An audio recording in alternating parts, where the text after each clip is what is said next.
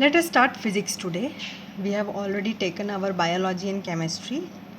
Now let us start physics, and in physics the first topic is force. What is force? Can you tell me what is force? Okay, in general any push or pull is force. For all the work which we do in our life, like lifting things, moving things, or doing anything, it needs some efforts, and these efforts are required to make the object move, or these efforts are required to make some moving object stop, and these efforts are push or pull. So push and pull are nothing but forces, and the force can make an object slow down also, or can make the object move faster also, and it can change the direction of motion. So force is something which we can feel, and it is judged by the effects it produces on the bodies, but force cannot be seen. And the unit of force is Newton. Do you remember who is Newton? Sir Isaac Newton. After his name, the unit of motion, the unit of force is given, which is Newton. Okay, so force is measured in Newton. Now let us see what are the major effects of force. Before than that, let me tell you that the first three effects are such effects where force brings about a change in the state of motion. You know what are the states of motion? Some object could be stationary, number one, or the object could be in motion. So force can make a stationary object move, or can make a moving object come to rest. This is the first effect. What is the second effect? It can make a moving object move faster. And the third is it can change the direction of a moving object. So for example, a ball is there. So if ball is stationary, force can be applied, and we can make that stationary ball moving. And in the same way, if the ball is already moving, force could be applied to stop it. This is the first example. Then what is the second effect?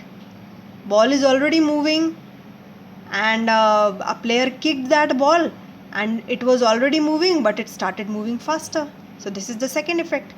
And the ball is moving, and a batsman hits it with a bat, so it started moving in another direction. So the ball was already moving, but it changed the direction.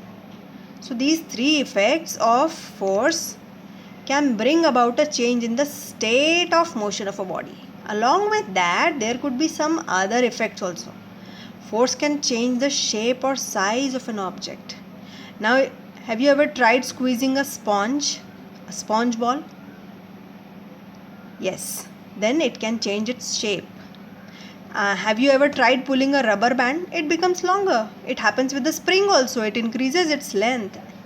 And if you push it, then it is reduced to its length. So the force can change the shape or size of an object. But this doesn't happen every time.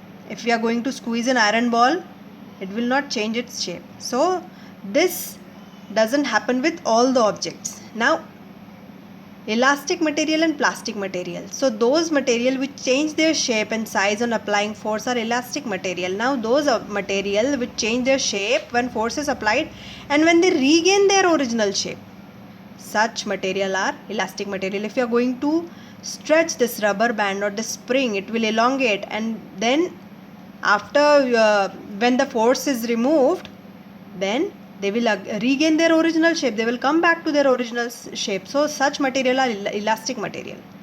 But there are some material which changes their shape when force is applied, but they do not regain their original shape. So such material are plastic material. For example, plastic bags, objects, metals. Okay, now what is resultant force? When force are applied on an object in the same direction, they add up. If two students are pushing a table, then the table will move in the same direction, because both of the students are trying to push that table in the same direction, so their force will get added up. So the magnitude is the sum of the applied force if the both of the forces are applying in the same direction.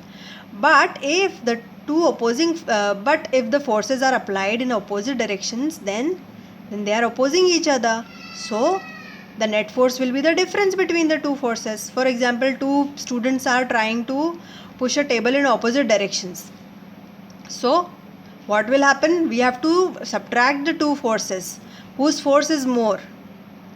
Which student is stronger? The table will move in his direction, and if the two opposing forces are equal, the net force is 0. If two of the students are applying equal force, then the table will not move.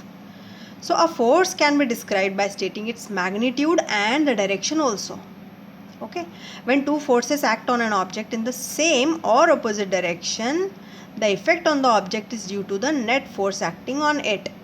So it is the sum or difference of the two objects. Now here again the example of table is taken. Two forces are applied to a table in the same direction, so it moves. So the resultant force is given by F1 plus F2 is the net force. The net force is given by adding up the two forces. Why? Because these F1 and F2 are acting in the same direction, therefore they got added. Whereas here F1 and F2 are not in the same direction but in opposite direction, then the resultant force F is given by subtracting the two. Now how will we do if F1 is greater? This force is greater, F2 is less. Then the resultant force will be F1 minus F2, since F1 is greater, right? So the resultant force will act in this direction. And if F2 is greater, then the resultant force will be given by F2 minus F1. So students, this is it.